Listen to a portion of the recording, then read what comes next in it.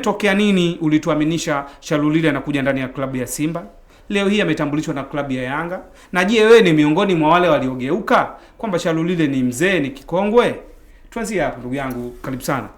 Awali ya yote nimshukuru Mwenyezi Mungu kwa kutujalia pumzi, tumeamka salama.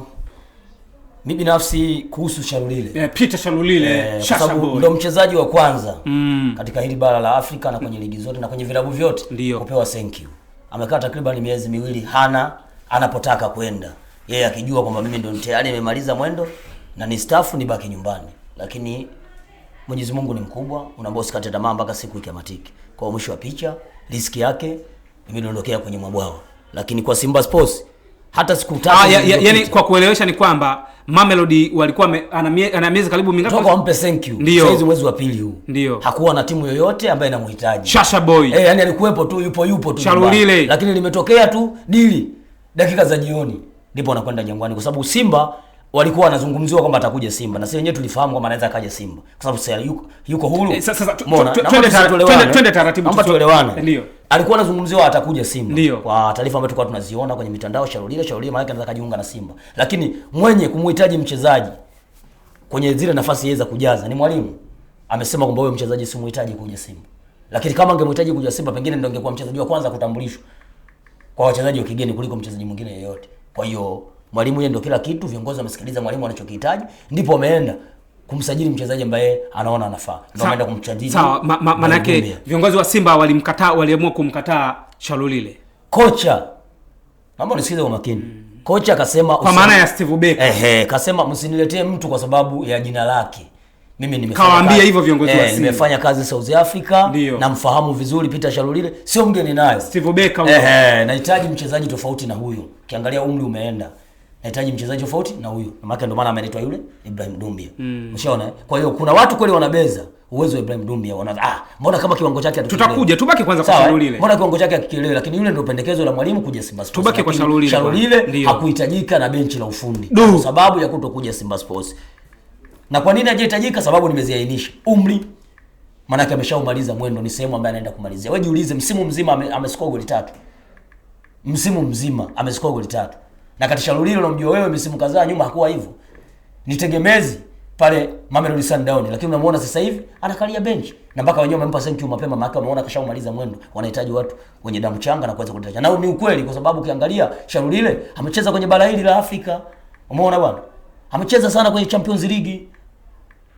Leo hii ukisema kwamba wewe unataka ujivunie Shalulile ni mchezaji ambaye kashaumaliza mwendo, ni kitu ambaye cha kupiga mark time. Na ndio maana binafsi kocha wetu Steven Becker nampongeza, jisho lake ni kuangalia mbele zaidi. Labda nikuulize swali kwako, Peter Shalulile Shasha Boy, ni mchezaji wa namna gani? Peter Shalulile ni mchezaji mzuri. Hakuna anaopinga uchezaji mzuri. Ni mchezaji mzuri, lakini kwa sasa umri umeshaenda. Yaani umefanyaje? Umri umeshaenda kwa sababu unataka kumzungumzia Medi Kagere. Alikuwa mchezaji mzuri na alikuwa na uwezo mkubwa wa kuscore, lakini ilifika mapindizi. Umri umeenda. Na mpaka sasa hivi unamuona yule pale kasha staff. Shalulile kwani ana umri gani? Kwa wewe unafahamu wewe. Maana kila mmoja kwenye taarifa anafahamu kivyake. Yani umri wa mpira ni umri wa kudanganya. Naambiwa ana miaka 32.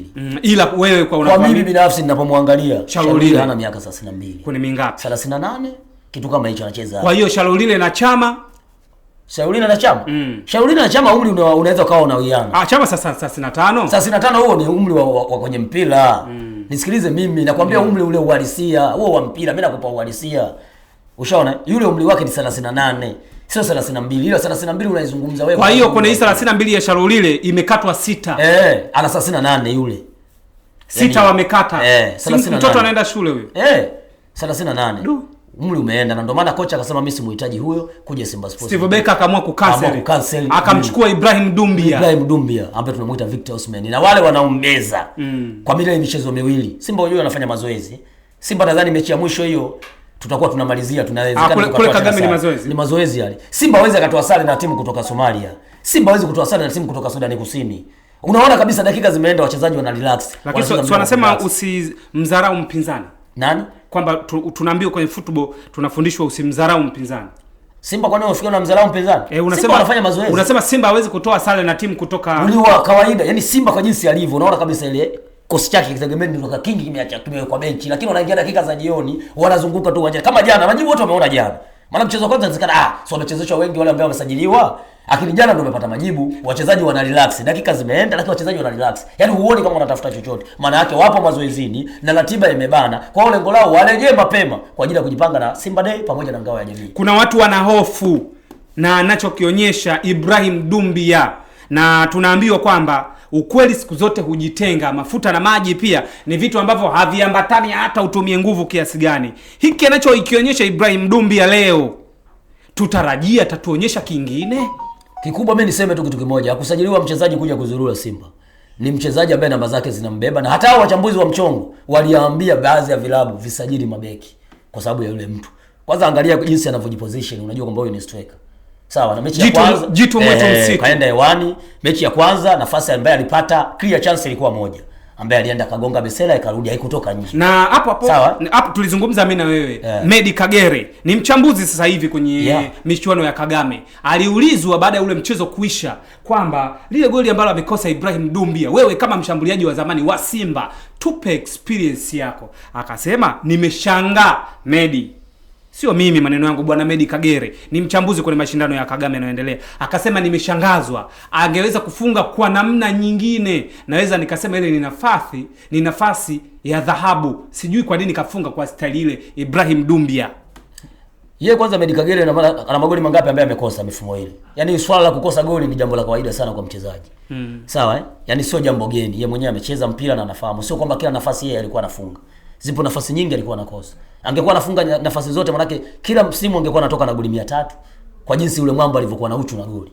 Lakini bado kulikuwa na nafasi alikuwa hazizalishi kuwa magoli. Kwa hiyo naamini lazima azungumzie mpira, ila anazungumzia kama nafasi kama ile mchezaji anakuwa kufunga, lakini sio kila nafasi unaweza ukafunga. Sawa, lakini tunazungumza hapa ukiwa uko sawa sawa? Niko sawa sawa. Yaani mimi huaga sipendagi kupepesa macho. Tunakwenda taratibu mnadi. Mchezaji kama tunahitaji kumkosoa Ibrahim Dumbia, tusubiri anakuja kwenye ligi yetu, tutamuona. Tutakula naye Christmas. Nani? Ibrahim Dumbia ndio top scorer msimu ujao. Twende taratibu. Ndio top scorer msimu ujao, na wakati huu unaona ujumbe na nitakuja kuzisoma hapa. Shukrani sana unayetuandikia. Nataka nikuulize swali. Uweze kumzungumzia Kurwa bila kumwacha Doto, na uweze kumzungumzia Doto bila ukamwacha Kurwa. Peter Shalulile Yanga Afrika, Mohamed Ibrahim Dumbia Simba Sports, unaondokana nani? Ndio tunakwenda kwenye mechi leo. Ibrahim Dumbia amefunga goli ngapi kwenye ligi yao? Msimu uliopita amehusika kwenye takriban goli 20 na moja nadhani. Niko sawa sawa? Na Peter Shalulile msimu mzima Mamelodi Sundowns, kwa taarifa, kutokana na majeraha hakupata nafasi ya kucheza mara kwa mara. Lazima uisome hivyo taarifa. Kutokana na majeraha ya mara kwa mara hakupata nafasi ya kucheza. Msimu umemalizika akiwa na goli 3 kwenye kikosi cha Mamelodi Sundowns. Kwa hiyo majeraha alimweka nje kwa muda mrefu. Kwa hiyo majeraha ndio yamemsababisha asifunge, sio majeraha. Peter Shalulile umri umeenda, na ndio maana Mamelodi Sundowns walikuwa hawezi kumtumia. Lakini issue sio majeraha. Kwa hiyo nyuma mwiko wamemsajili mchezaji mwenye injury. Tunakubaliana hilo kwamba wamemleta mchezaji mwenye injury waje kumtibia. Hajapona. Kwa sababu kapewa senki miezi 2 iliyopita na hakuwa na timu yoyote ambayo inamhitaji. Lakini wao baada ya kuhangaika, tujiulize kwamba hawa nyuma mwiko walikuwa wapi? Wakati wanamuinda Karesto walikuwa wapi? Hawakumuona Peter Shalulile. Labda tuende taratibu kutokana na namna ambavyo vyanzo vinaeleza, maana taarifa zimekamilika. Kama nilivyokuambia, watazamaji ni wengi na nimeona ujumbe za watu wengi. Nitakuja kuzisoma baadaye ujumbe wako mtazamaji. Shukrani sana unayetutazama. Nitakuja baadaye kuzungumza hilo, lakini twende na taarifa, tusibebe taarifa nusu nusu. Taarifa kutoka Afrika ya Kusini. Jana nimemsikiliza mwandishi wa habari mmoja kutoka Afrika ya Kusini, majina yao bwana ndo magumu, nililiandika ili jina huyu bwana. Yeye anasema sababu kubwa iliyofanya Peter Shalulile kusaini Yanga Afrika ni uwepo wa kocha Mangoba Mungisi kwenye klabu ya Yanga Afrika. Huyu Mangoba Mungisi ambaye ni kocha wa Yanga Afrika kwa sasa alikuwepo Mamelodi Sundowns toka mwaka 2013 akiwa kocha msaidizi wa Pitso Mosimane mpaka 2022 wakiwa na Lolani Mokwena wakakabidhiwa timu baada ya Pitso kuondoka. Alikuwepo pale Mungisi. 2022 wakawa wote wanaifundisha Mamelodi. Lolani Mokwena kocha mkuu, Mungisi kocha msaidizi, wakabeba ubingwa wa Afrika. Mamelodi Sundowns wakatawala soka la Afrika Kusini, wakaweka records nyingi. 2024 Lolani Mokwena akaondoka kwenye kikosi cha Mamelodi Sundowns. Klabu ikaona sasa Mungisi amekaa kwa muda mrefu, ana deserve kukabidhiwa timu 2024 hiyo akakabidhiwa. Huo muda wote Shalulile alikuwa anafanya mabalaa yake. Hii ndio sababu ya Shalulile kutoa kwenye klabu ya Yanga. Tunaambiwa ni kocha wake ambaye ni kocha wa sasa wa Yanga Afrika. Hizo ndio taarifa. Mimi naisoma taarifa kama ilivyo kutoka kwa mchambuzi, mtangazaji wa ambaye mwandishi wa Afrika Kusini. Lakini tunaambiwa kusini mwa jangwa la Sahara pamoja na nchi nyingine kadhaa kama ambavyo tumesoma hapa na Mwanasport wametuambia, paka makocha wakubwa wameshangazwa na hii taarifa ambayo tumeambiwa inazungumzwa kusini, kaskazini na magharibi. Tunazungumzia nchi za Cote d'Ivoire, Cameroon na wapi, baada ya kumuona Shalulile amekuja East Africa ambako ni Yanga Afrika. Na nikukumbushe, tunaambiwa Shalulile mkononi alikuwa na ofa karibu 3 ambazo alikuwa anatarajia kwenda. Ni uongo.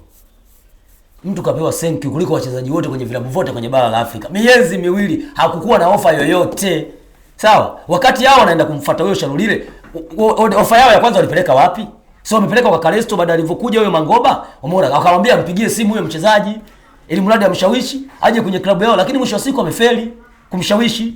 Amegoma na amekuja Simba, lakini walivyoona wamefeli ndio wameenda kumchukua mchezaji ambaye hana maisha.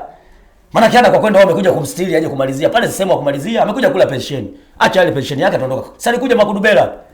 Anapanda mipira, akaja hapa akawa anapanda miogo na miwa. Hawakuja Makudubela. Kafanya nini hapa? Sikaondoka.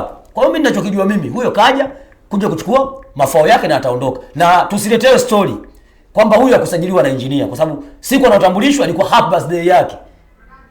Engineer Harris. Kama tuko sawa sawa, ni mchezaji wa happy birthday, sisi wote tunajua hilo. Kwa hiyo hata asipofanya vizuri uwanjani, mashabiki huyu msimu wataki. Wapo ambao walimbeza, walisema kwamba huyo Kezee kashacheza takriban misimu 10, akija kwetu atakuja nini, tunataka dogo dogo. Jana nimeona wanaenda miondoko Shalulile yakati walishaongea na clip zao zimetrend sana, tukuanzia juzi usiku mpaka jana. Lakini jana nimeona tena wanaenda miondoko Shalulile. Baadaye tuje tukaona na wabaya. Nimekuuliza Ibrahim Dumbia, Peter Shalulile, unaondoka na nani tunaenda kwenye mechi leo timu yako? Majibu si nimekuuliza wewe swali. Dumbia umesema mwenyewe amehusika kwenye goli 20 mpaka 21 kama kwenye ligi ya msimu ujao kwao Mali. Lakini umerudi kwa Shalulile umesema kwamba majeraha, maana ukatafuta sehemu wa 40 wa kumsetea. Sijatafuta, nimefunga magoli 3. Sasa unawezaje ukasema huyu na huyu unaondoka na nani? Wakati ukiuliza mkeo wa nyani uko wapi, hata kivadali tunajua mke wake uko nyumba pale. Kwa hiyo mimi naondoka na nani? Na Vita Osimhen mbele ya Shalulile. No doubt. Atuangalie namba zake. Akija kukiwasha, yani tunazungumzia mazala akija kukiwasha, lakini ni mchezaji ambaye kashamaliza mwendo, anakuja kuwasha nini? Wakati kashamaliza mwendo. Yeye anakuja kula pensheni hapa. Bwana naomba umeze mate Mnandi. Tunza maneno yangu, Shalulile dirisha dogo anafukuzwa. Yule ni mchezaji wa birthday tu. Kwa hiyo atakuwa naye mzunguko huu wa kwanza, Shalulile dirisha dogo hawako naye. Tunakuja kwenye story ya Faisal Salum Feitoto ambayo ndio sasa ndio talk the town, story ambayo inazungumzwa. Nikukaribishe mzee wa kunyosha. Mimi niliamua nikwache utusikilize kidogo na msikilize Mnandi Junior kwa sababu nilitaka nimuulize swali. Mwanzo wao walikuwa wanasema Peter Shalulile atakiwasha kwenye kikosi cha Simba. Baada ya kutambulishwa Yanga Afrika, saizi wanasema Peter Shalulile ni mzee. Mimi nikataka kujua kutoka kwa Mnandi Junior, na yeye anasema Shalulile ni mzee kama wengine, lakini umemsikiliza hapa amezungumza.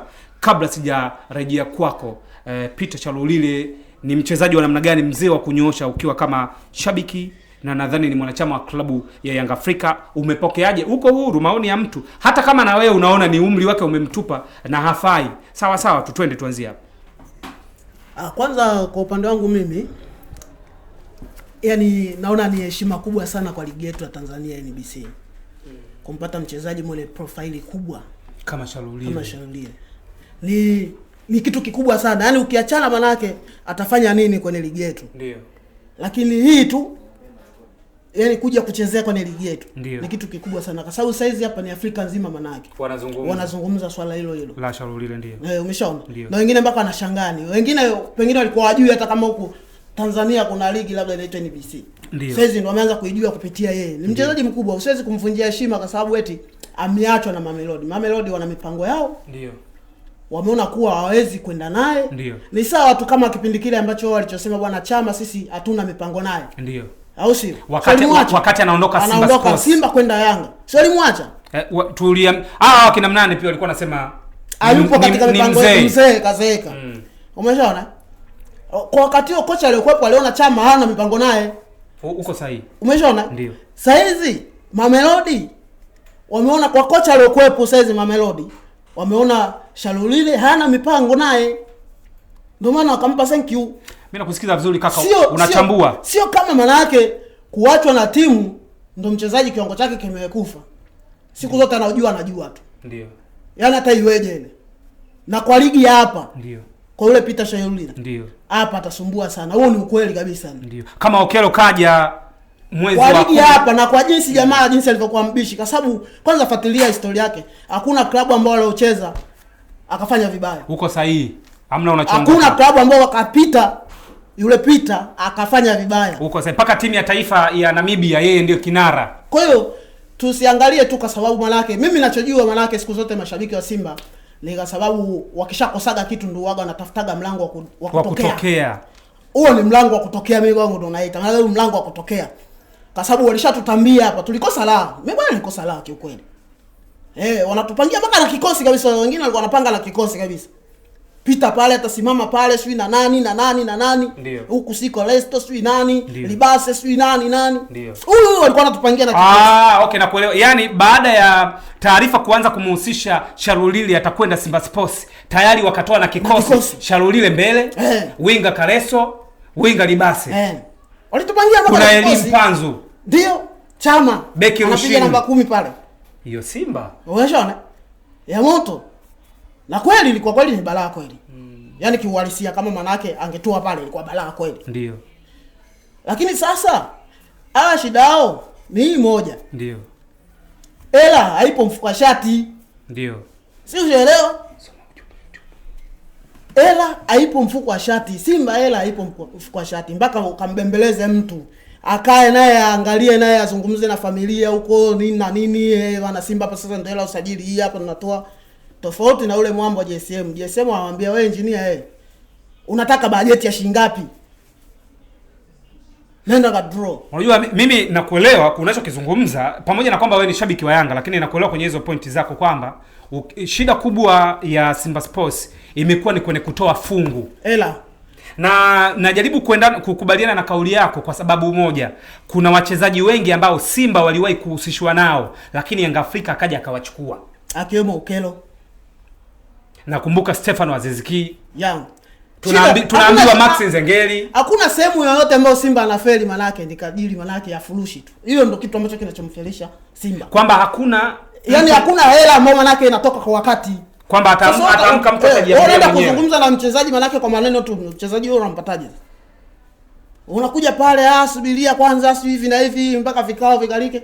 Kule Yanga hakuna kitu kama hicho. Kwa hiyo ile ndege ya juzi ambayo tuliiona engineer Ghalibu mwenyewe GSM ndo alikuwa anakwenda kwa Shalulile wale. Yule baba ana balaa bwana. Mimi mwenyewe nimempa saluti. GSM. Fedha inaongea. Yani yule jamaa ana balaa. Ana mbambamba kiukweli. Sawa. Twende kwenye matumaini. Matumaini yako ni yapi baada ya ujio wa Peter Shalulile kwenye kikosi chako cha Yanga Afrika na usajili uliofanyika paka hivi sasa, ukiangalia timu unaionaje? Maana tulizungumza wiki iliyopita, ulizungumza hapa pia ukasema wanahitajika wachezaji kutokana na namna Yanga ilivyo struggle kwa msimu uliopita. Ukiangalia maingizo yaliyoingia kwa sasa uwezi yani kusema manake utapata matumaini makubwa. Ndio. Yale ambayo matarajio makubwa. Mimi siku zote waga napendaga kuongea ukweli. Ndio. Tusiweke matarajio makubwa sana. Ndiyo. Kwa sababu kwanza kuna kocha mpya. Ndio. Kuna maingizo mapya ya wachezaji. Sahihi.